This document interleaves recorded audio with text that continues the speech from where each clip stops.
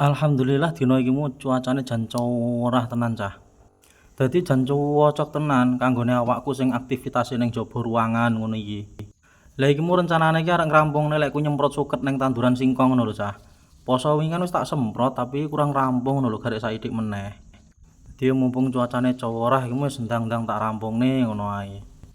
Dadi yo sepurane cah ya kanggo tangga-tangga kanca-kanca sedulur sing bulan Syawal iki aku urung iso ketemu. Urung iso lebaran njaluk ngapura ngono jan sepurane tenan. Lah piye ket wingi ditinggali dolan-dolan rono rene ae sampe tandurane iki urung rampung lek ngurusi. Kek kayane ya gur nanggung eram, masalah ya gur garek sak mangkatan ngono ya wis rampung iki engko. Lah iki lho sukete wis kaya ngene iki lah ora ndang tak rampungne ngono pare ya selak lemu sukete. Pokoke jan sepurane tenan sing urung ketemu aku urung iso njaluk ngapura, ya iki engko ndang tak rampungne kerjananku ning ladang. Wis ndang dolan meneh nggone kanca-kanca sedulur sing urung do ketemu bulan Syawal iki wingi iki tak njaluk ngapura. Ini kanggo awakmu wis ketemu kabeh apa urung cah karo kanca-kanca karo sedulur ngono wis do njaluk ngapura kabeh ning kanca dulur apa urung? Nek aku to urung rampung aku.